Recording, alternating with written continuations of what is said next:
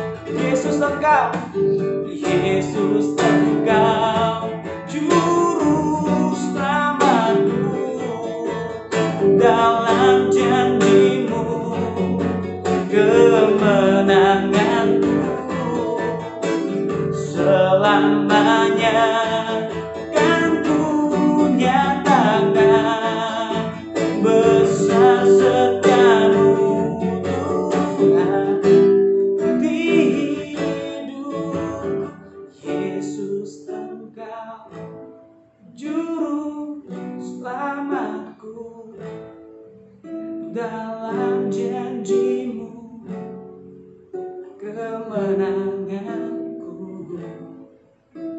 selamanya kan ku nyatakan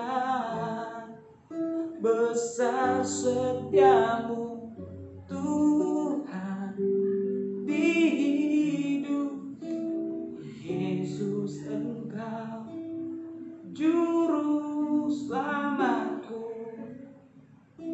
dalam janji-Mu kemenanganku selamanya kan ku nyatakan besar setiamu Tuhan di hidupku.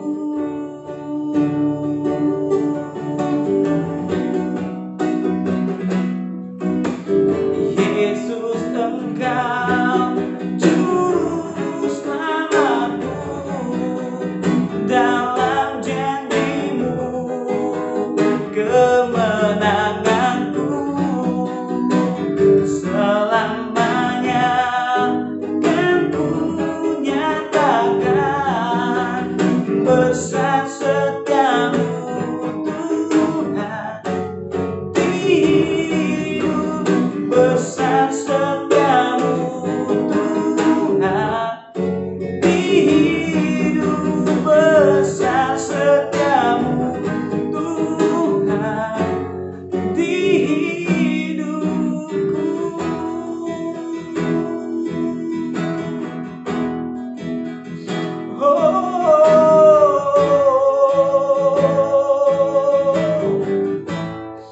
Yesus, Kau ajaib. Yesus, Kau luar biasa. Tiada pernah sedetik pun Tuhan, oh, Kau tinggalkan hidupku Tuhan. Yesus, Engkau Allah yang luar biasa. Kasih-Mu sempurna, cinta-Mu selalu nyata buat hidupku Tuhan. Yesus, oh, Kau yang ku dambakan Tuhan. Yesus, lebih lagi dalam hadirat-Mu, dekat denganmu Tuhan. Ku menang, sukacitaku dari-Mu Bapa. Engkau Allah yang luar biasa, penyertaan-Mu sempurna, ajaib buat hidupku Tuhan. Yesus,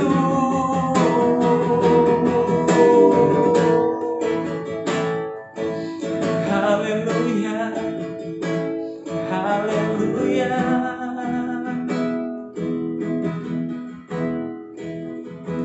haleluya.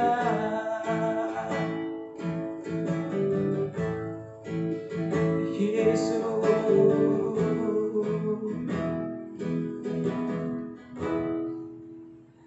hanya nama Yesus, hanya nama Yesus, hanya nama Yesus, berikanku pengharapan. Hanya nama Yesus, hanya nama Yesus, oh Yesus, hanya nama Yesus,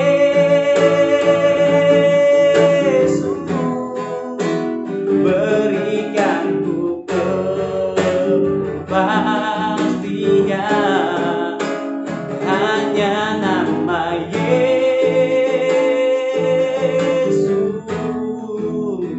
hanya nama Yesus,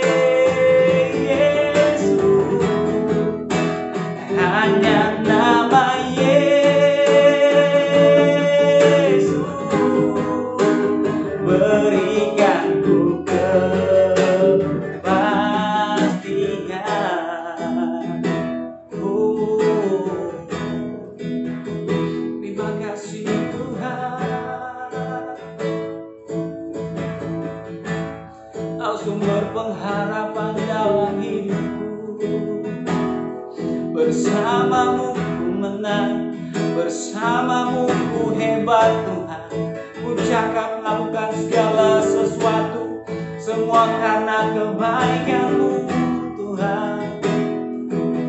Yesus, Kau sumber perlindunganku Tuhan, batu karang dalam hidupku. Yesus Tuhan, ku serahkan hidupku kepadamu. Biar Kau yang ambil alih Bapa. Oh, nama-Mu yang berkuasa, nama-Mu yang mulia Tuhan. Terima kasih Bapa Yesus, terima kasih Tuhan. Tuhan, firman Tuhan saya serahkan kepada Bapak, Kepala Bapak Pimpinan Richard Polio untuk kebenaran firman Tuhan. Haleluya, shalom, selamat hari Minggu. Puji Tuhan, kembali kita akan beribadah dan kita sudah mendengarkan pujian, penyembahan kita, dan kita terus berada dalam hadirat Tuhan. Mari kita berdoa untuk firman Tuhan.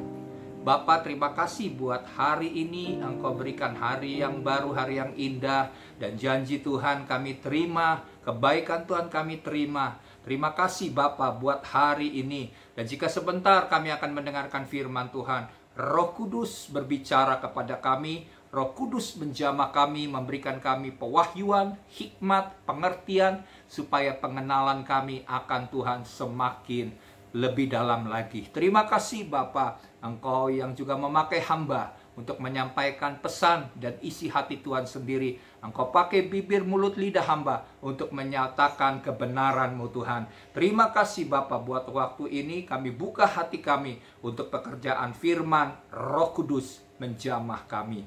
Dalam nama Tuhan Yesus kami siap mendengarkan firman Tuhan. Haleluya, haleluya, amin. Puji Tuhan.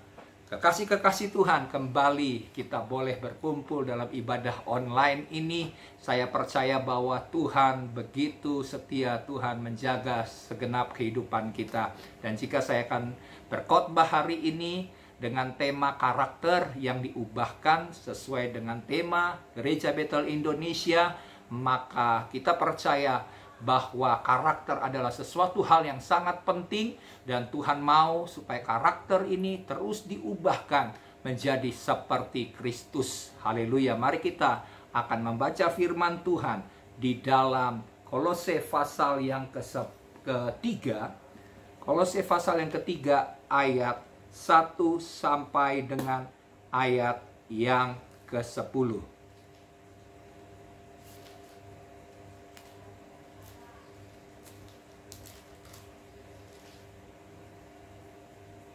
Karena itu, kalau kamu dibangkitkan bersama dengan Kristus, carilah perkara yang di atas, di mana Kristus ada, duduk di sebelah kanan Allah.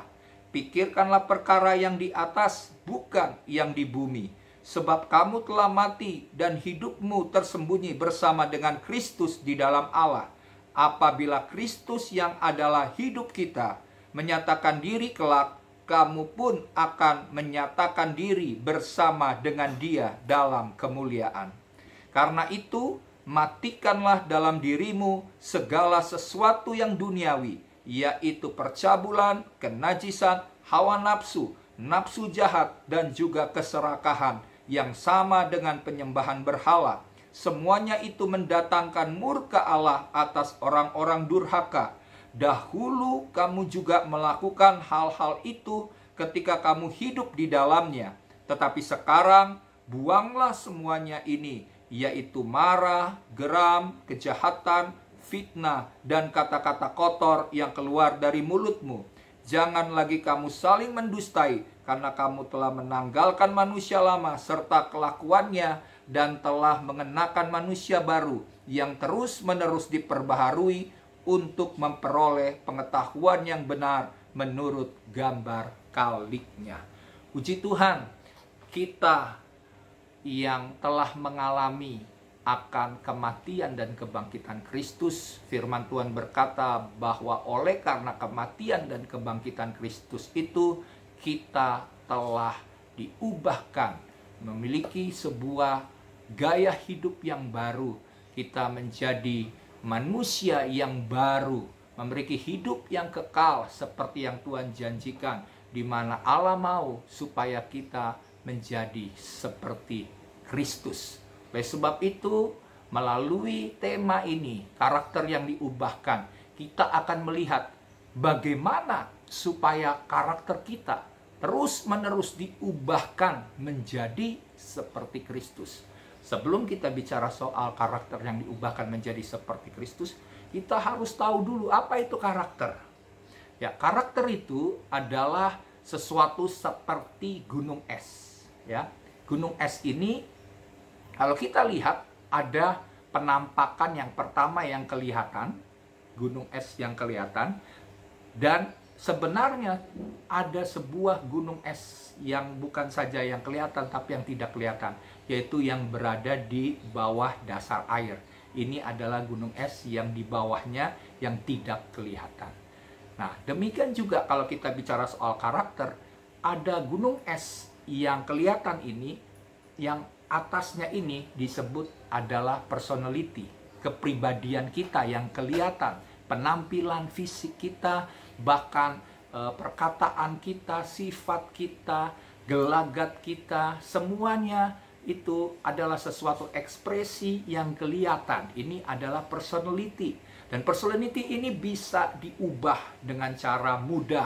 Kita belajar bagaimana untuk menjadi seorang misalnya pembicara yang baik, maka kita bisa membuat diri kita mengembangkan diri kita, punya personality yang baik, kita menjadi orang yang misalnya patuh, kita menjadi orang yang sopan dalam berkata-kata. Itu semua adalah personality yang kelihatan, yang tampak luarnya saja. Ini bisa diubahkan dengan mudah pada saat kita belajar untuk mengembangkan diri kita, mengembangkan akan perkataan kita untuk menjadi sopan dan baik. Kemudian setelah personality, ada juga yang di tengah, yang disebut dengan temperamen. Temperamen ini setiap orang berbeda-beda. Berdasarkan psikologi ada bermacam-macam temperamen. Contohnya saya ini bisa dibilang, kalau dibilang warna saya adalah hijau. Hijau ini lebih pragmatis. Pragmatis ini adalah seorang yang diam, ya, pendiam gitu. Kemudian ada yang warna merah. Merah ini adalah lebih seperti koleris, yaitu tipe seorang pemimpin. Kemudian ada yang warna kuning, misalnya adalah sanguin. Dan ada warna lagi yang disebut warna ungu, ya, yang disebut juga dengan sesuatu tentang pribadi dan sifat dari manusia yang bermacam. Ada 4 temperamen ini. Saya nggak akan bahas mengenai temperamen ini. Tapi yang selanjutnya, yang tidak kelihatan, yang bisa dibilang gunung es yang di bawah ini adalah karakter. Karakter itu adalah sesuatu yang berasal dari, kalau bicara soal manusia, karakter ini adalah sesuatu yang di bawah alam bawah sadar kita, yang senantiasa keluar. Menurut penelitian dikatakan begini, bahwa 90% manusia itu di-drive hidupnya, dipimpin kehidupannya oleh alam bawah sadar kita. Dan hanya 10% yang berasal dari alam sadar kita. Maksudnya seperti apa? Jadi misalnya pada waktu kita menghadapi sebuah masalah, ya, atau kita harus mengambil sebuah sikap. Pada saat masalah itu datang, kita mengambil sebuah sikap. Nah, alam bawah sadar kita mungkin berpikir begini, oh, saya harus bersikap tenang, harus bersikap baik, tidak emosi, tidak marah. Tetapi oleh karena alam bawah sadar ini menguasai 90%, pada saat masalah itu datang, maka reaksi yang dari bawah sadar ini yang akan keluar, yang akan muncul. yaitu apa? Marah. Kalau memang kita punya perasaan atau ada yang tertanam dalam alam bawah sadar kita adalah kekecewaan, kemarahan, kesedihan atau kepahitan, itu semua yang akan muncul. Tetapi kalau kita bergaul dengan firman Tuhan, kita hidup di dalam Tuhan, hidup dalam rencana Tuhan dan kehendak Tuhan, percaya kepada Tuhan, maka yang akan keluar adalah firman pada saat masalah itu datang. Itulah pentingnya karakter.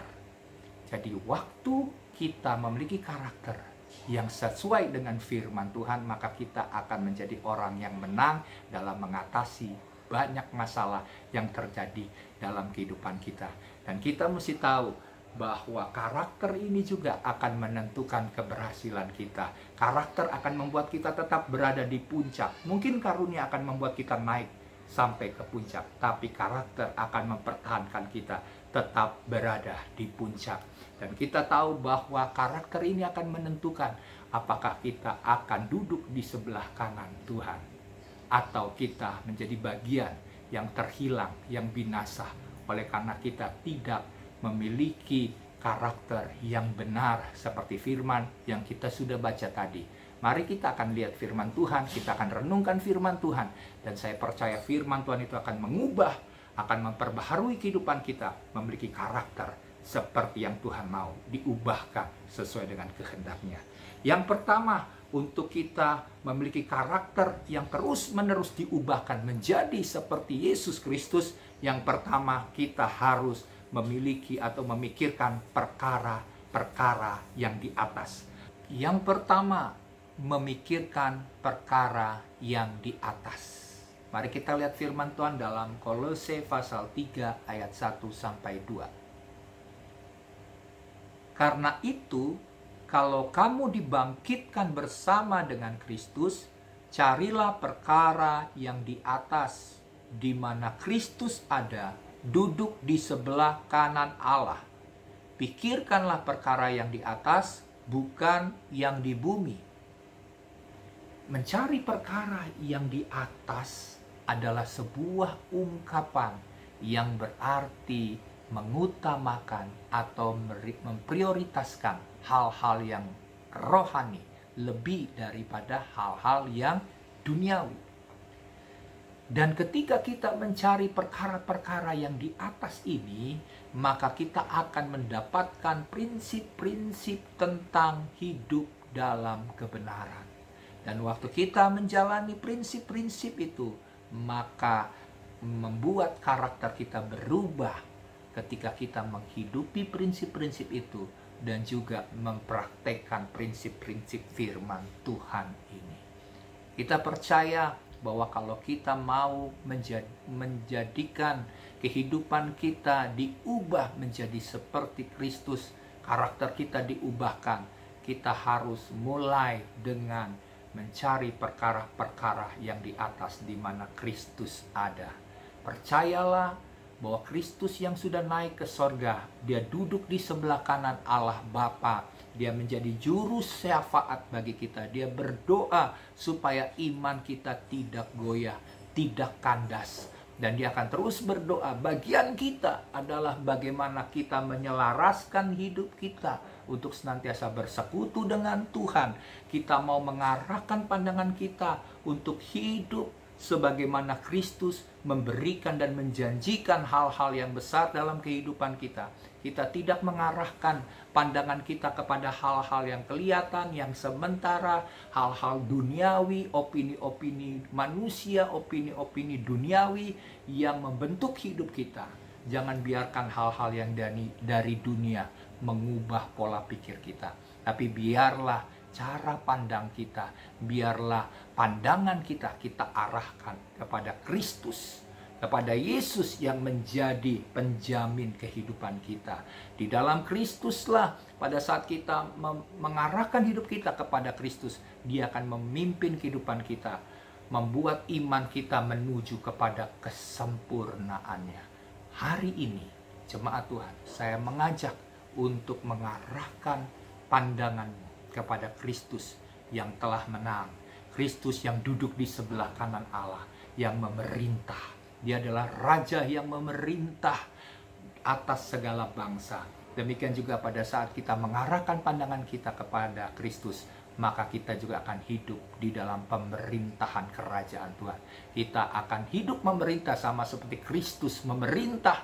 Kita juga memiliki kuasa, sebab untuk itulah pada saat manusia diciptakan oleh manusia di Taman Eden, Tuhan memberikan kepada manusia itu kuasa untuk memerintah, mengelola Taman Eden.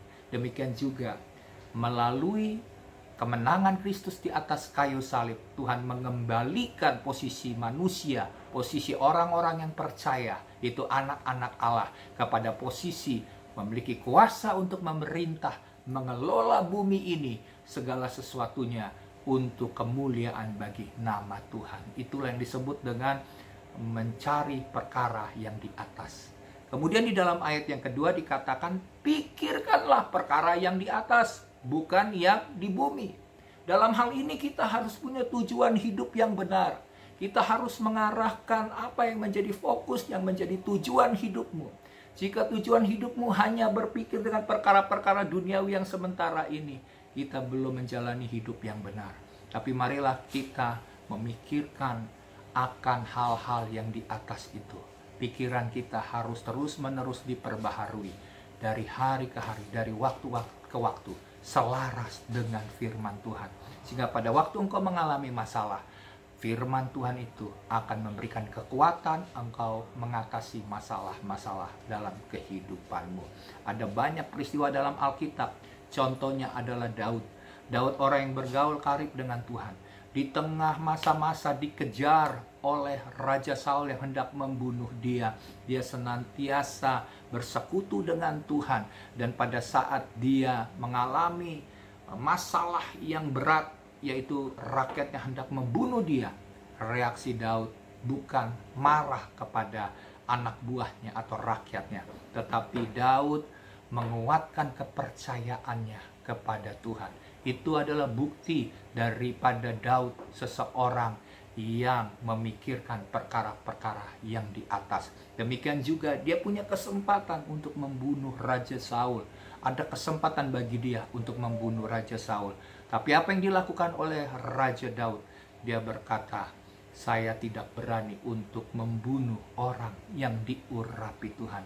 Karena Daud hidup dalam takut akan Tuhan.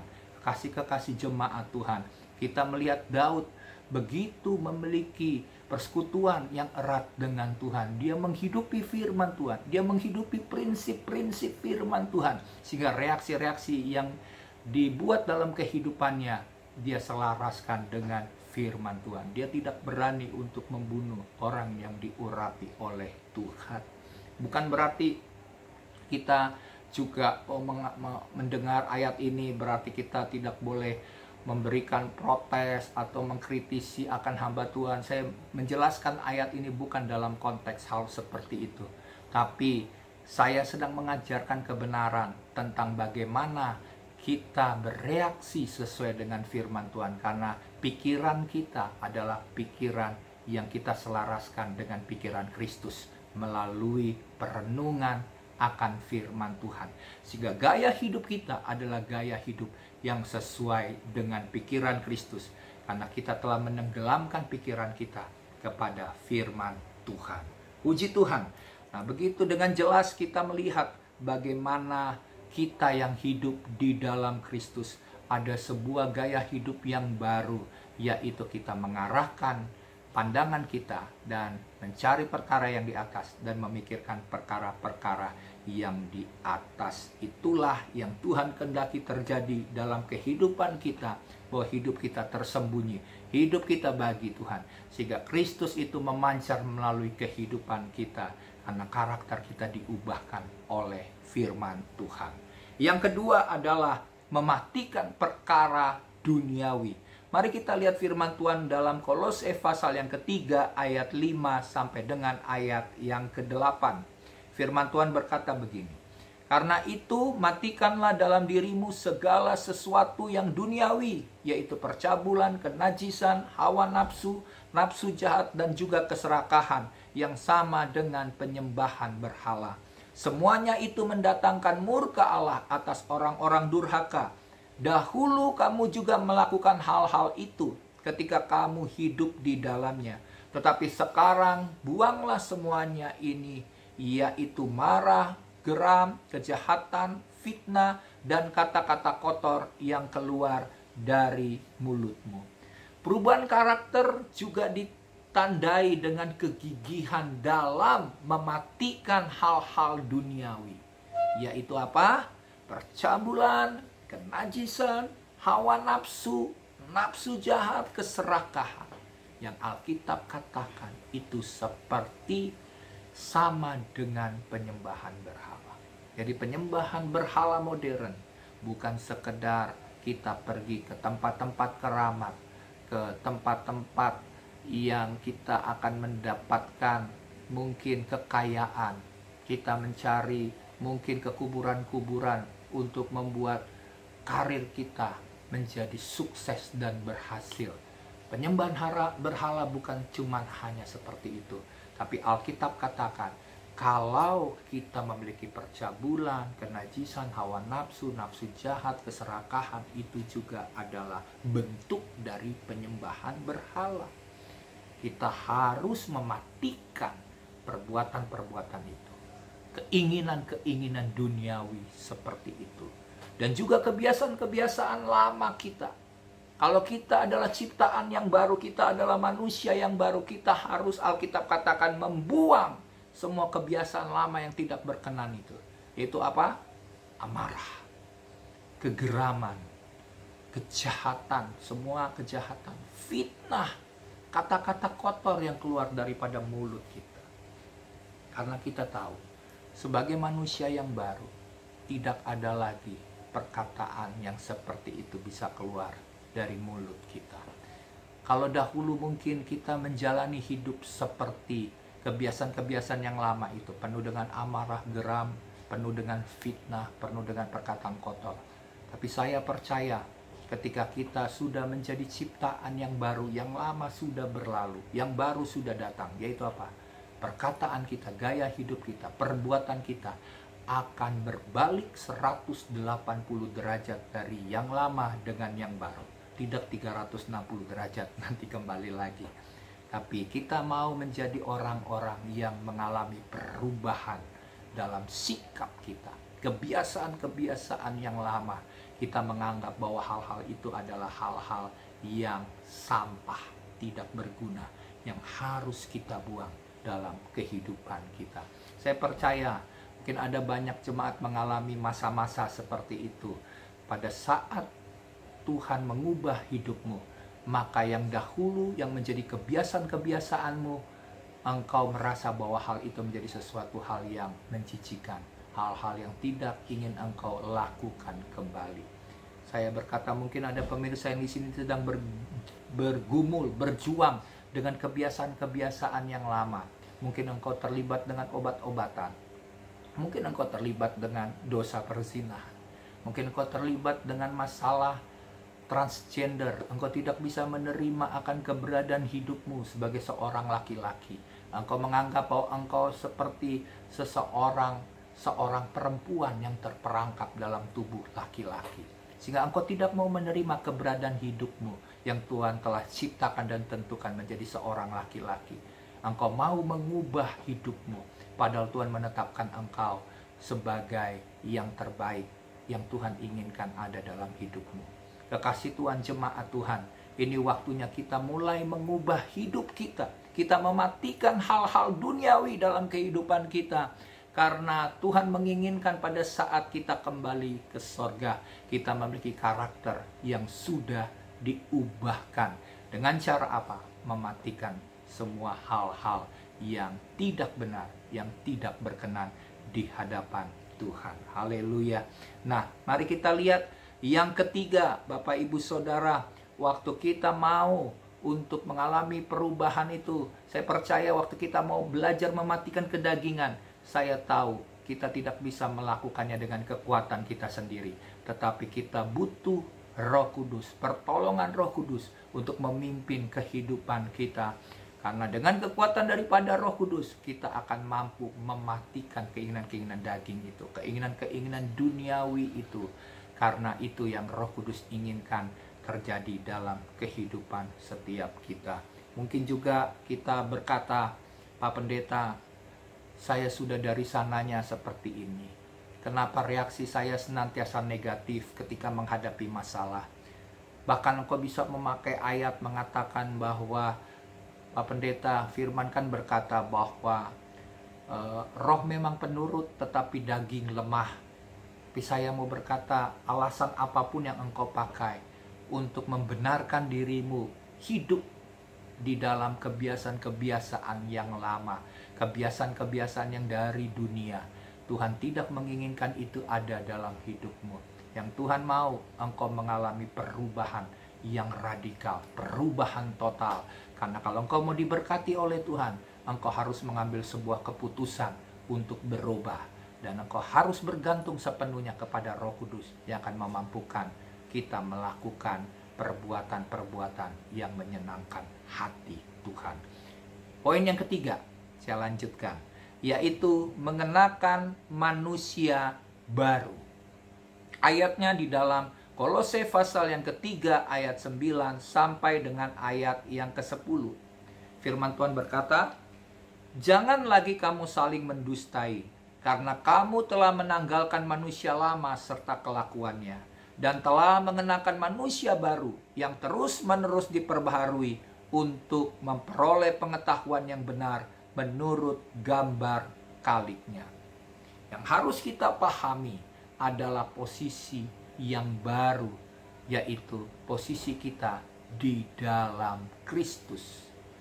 Sebelumnya mungkin kita masih mengenakan manusia lama, tetapi sekarang engkau sudah menanggalkan manusia yang lama ini. Engkau harus menyadari bahwa manusia lamamu sudah dikuburkan, sudah mati. Tidak perlu lagi engkau bangkitkan kembali. Engkau sudah menanggalkan jubah yang lama. Jangan mengenakan yang lama lagi, karena engkau sudah diberikan jubah yang baru. Posisi yang baru di dalam Kristus.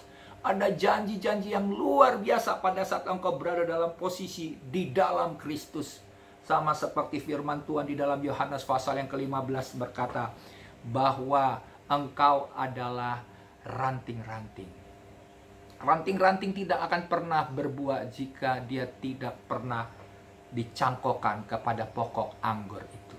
Pada saat ranting itu dicabut dari pokok anggur, tinggal menunggu waktu bahwa ranting-ranting itu akan mati dan tidak berguna lagi. Jadi pada waktu engkau menyadari posisimu di dalam Kristus, maka engkau akan terus mengalami kehidupan. Pada waktu engkau mengalami sebuah posisi yang baru, yaitu hidup di dalam Kristus, maka semua hal yang ajaib, kehidupan yang supranatural akan menjadi bagian hidupmu. Mujizat demi mujizat, pertolongan yang tidak pernah terlambat yang daripada Tuhan, iman yang semakin kuat akan menjadi bagian di dalam kehidupanmu. Haleluya. Oleh sebab itu kekasih Tuhan, ini waktunya kita mengenakan manusia yang baru itu. Dan terus menerus diperbaharui untuk menjadi semakin serupa dengan Kristus. Dan kita mungkin mengalami sebuah proses yang panjang. Tapi proses itu tidak akan membuat kita lemah, karena Tuhan akan senantiasa membawa kita dari kemuliaan kepada kemuliaan yang semakin besar. Haleluya. Kasih Tuhan, saya percaya di dalam ibadah minggu ini, pada saat kita mau supaya karakter kita diubahkan, kita minta kepada Tuhan, Tuhan akan bekerja dan campur tangan dalam kehidupan kita. Haleluya. Kita akan siapkan hati kita, jemaat Tuhan kekasih Tuhan, dan kita akan menaikkan pujian, penyembahan kepada Tuhan. Dan biar izinkan Roh Kudus melawat hidupmu dengan kasih-Nya. Saya akan undang istri saya untuk menyembah Tuhan bersama-sama. Haleluya. Mari jemaat Tuhan, kita akan menaikkan lagu sebelum kita berdoa. Saya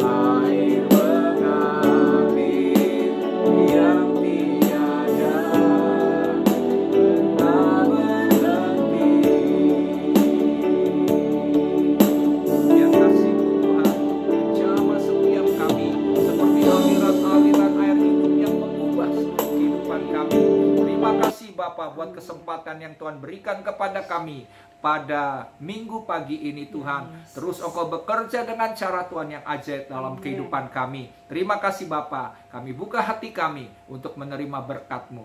Kasih karunia daripada Bapa Sorgawi, kasih setia rahmat daripada Tuhan Yesus Kristus, dan persekutuan yang manis dengan Roh Kudus memberkati, menyertai engkau mulai pada hari ini sampai Yesus Kristus datang kedua kali menjemput kita. Kita akan terus diberkati di dalam perlindungan Tuhan, dan apa saja yang engkau perbuat, Tuhan menyertai dan membuatnya berhasil.